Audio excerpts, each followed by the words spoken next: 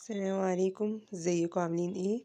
طبعا شايفين المكونات دي كلها. هعمل بيها ده الدقيق وده البيكنج باودر وده السمنة.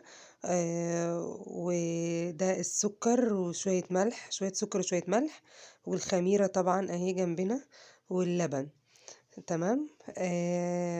دي هنعمل بيها العيش المدور الصغير الابيض ده. هقول لكم الطريقة دلوقتي، ودي الخميرة. تمام. هنعمل كل حاجة مع بعض، وده اللبن. هنزل لكم المقادير كلها في الوصفة تحت. تمام. وده كيلو دقيق، المقادير دي الكيلو دقيق. تمام. طبعا جبنا الكيلو الدقيق، اهو بنخله في المنخل. تمام. كيلو دقيق فاخر، يعني بيكون صالح للمخبوزات وكده. وبعدين بننخله كويس قوي، لان النخل ده مهم جدا للدقيق. وبعدين هنحط رشة ملح، رشة سكر. حتى سكر بسيط قوي، لان كده كده حاطه في الخميرة شعرة سكر، يعني علشان تفعل المواد بتاعتها وكده وتخمر على طول. تمام. هنقلب المواد الجافة مع بعضها، وبعدين هنجيب الخميرة، هنفضيها اهي. الخميرة خمرت اهي ما شاء الله وعليت. بنفضيها على الدقيق، وبعدين بنقلب بالسباتيولا. نقلب كويس. تمام اهو بنقلب. بس نظبط بس ان الخميرة كلها تكون وصلت للدقيق. وبعدين هننزل بكوبايتين اللبن. دول كوبايتين، عاملين كوبايتين لبن، هننزل بيهم كلهم. اللبن يكون دافي بسيط قوي، يعني زي دمعة العين كده. هنقعد نقلب نقلب نقلب لحد ما ايه، نحس ان الدنيا ظبطت معانا شوية. هنسيب الاسباتيولا وهنقلب بايدينا، لان الاسباتيولا مش هتظبط معانا، مش هنعرف نظبطها قوي. هنجيب علبة زبادي. تمام. هنفضيها معاهم، برضو الزبادي مفيد جدا جدا جدا في الوصفة دي، وفي نفس الوقت بيخلي العيش طري كده من جوه، والعجينة بتبقى فظيعة، بتبقى حلوة قوي. هنقلب بقى بايدينا طبعا، لان الاسباتيولا مش نافعة خالص. هنقعد نقلب زي ما انتم شايفين. العجين احنا عايزينه طري، عايزين العجينة طرية خالص خالص. احنا هنلمها دلوقتي كلها بالسمنة. هنلمها كلها دلوقتي معانا بالسمنة. تمام. هنقعد نقلب فيها كده، وبعدين هنلمها بالسمنة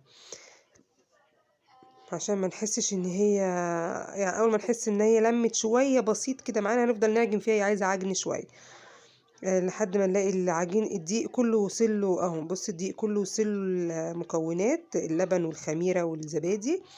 هنبتدي بقى نحط السمنة ونلم بالسمنة كده كلها على المكونات دي، عشان بصوا هي لسه هي معانا ماشية.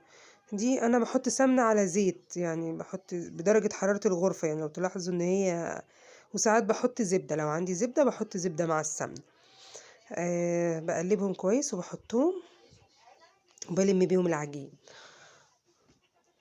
زي ما انتم شايفين كده، هي مش ساقعة السمنة ولا سايحة خالص، يعني سايباها كده بدرجة حرارة المطبخ. هفضل اقلب اقلب.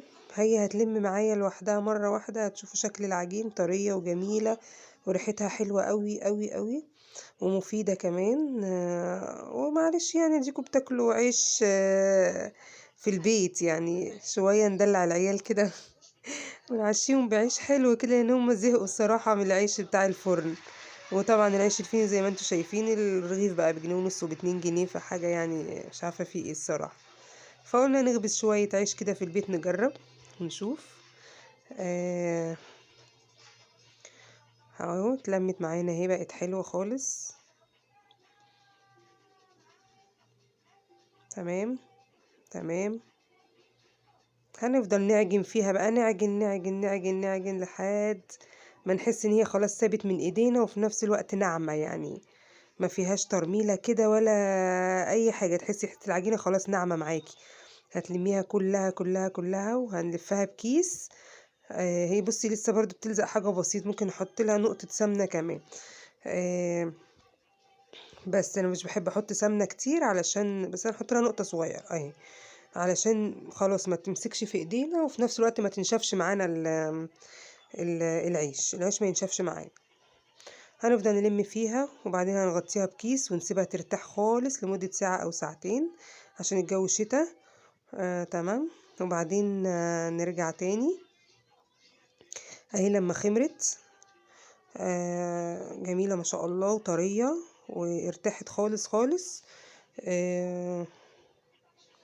وهنبتدي بقى ان احنا نلمها كده بايدينا، وبعدين هنبتدي نعملها كور بقى. هنعملها كور. هنجيب حتة قماشة او صينية، نرص عليها شوية دقيق، ونقوم حاطين نعمل كور كده ونرصها فيها وفوقيها كيس مثلا. وبعدين اهي دي كده لما ارتاحت خالص بتبقى ان انا هقرصها بقى، اعملها دوريات زي ما بقول لكم. جميلة اهي ما شاء الله. هنكور بقى منها كور صغيرة خالص على قد الرغيف، يعني قد كف الايد كده في النص، يعني قد نص كف الايد كده.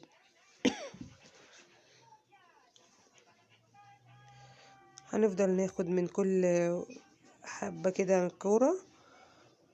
تمام. نكور اهو، ونلمها بشوية دقيق كده بسيط قوي قوي. لو مش محتاجة دقيق خلاص عادي.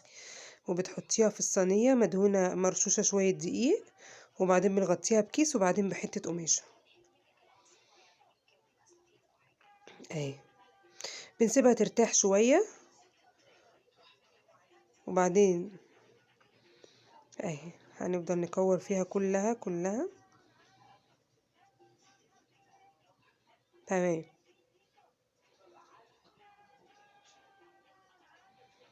تصير عجينة طرية معايا، بتتقطع بكل سهولة، وبتتلم معايا برضو في ايديا بكل سهولة، من غير لا دقيق ولا زيت ولا سمنة ولا اي حاجة خالص خالص خالص، لان هي مليانة زبادي ومليانة لبن. انا عجنها بلبن بس، يعني مش حاطلها اي حاجة، مش حاطلها مية دافية ولا اي حاجة، هو لبن بس وزبادي. وطبعا السمنة لمينا بيها كلها في الاخر. تمام. اعملي بقى الكور الحجم اللي انت عايزاه، الحجم اللي يناسبك، بس لازم تبقي اهي كده. لما ارتاحوا شوية هنبتدي ناخد من اول واحدة عملناها خالص، نرش دقيق تحت ودقيق بسيط قوي قوي قوي كده من فوق اهي. لما ارتاحوا كلهم بس حتى بيطلعوا لفوق كده. تمام. بنرش دقيق بسيط قوي من تحت، ودقيق على الوش من فوق، على وش القرصة كده من فوق او العيش. وبعدين بنمشي بالنشابة الصغيرة. ايوه دي. تمام. يا دوب يعني نفردها كده حاجة بسيطة، حاجة بسيطة. انا مش عايزاها تبقى رقيقة خالص، يعني هي يا دوب هتبقى بسمك مثلا سنتي، 1 سنتي، 1 سنتي كده. نفرد بالنشابة.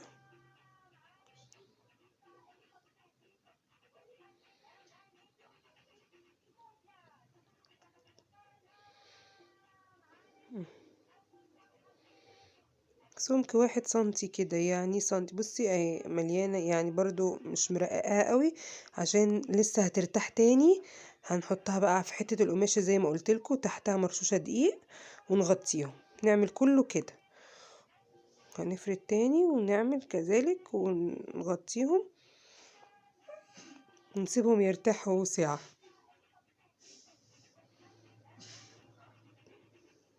او نص ساعة، يعني حسب الجو.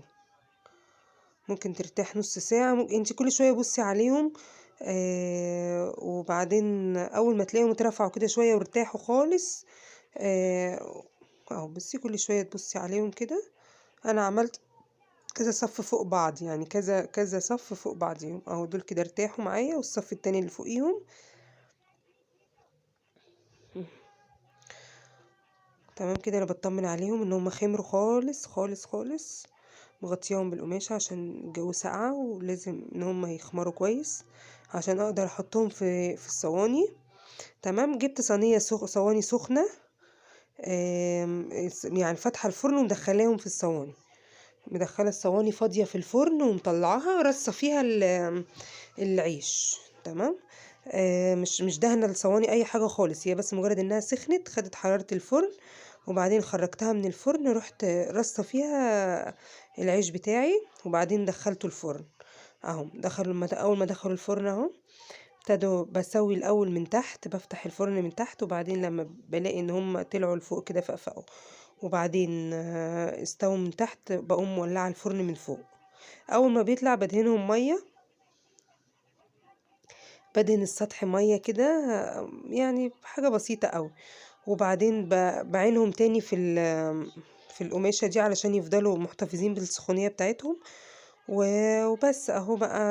اعذروني على التصوير معلش عشان كانش معايا حد بيصور لي، كنت ماسكة بايدي اهو.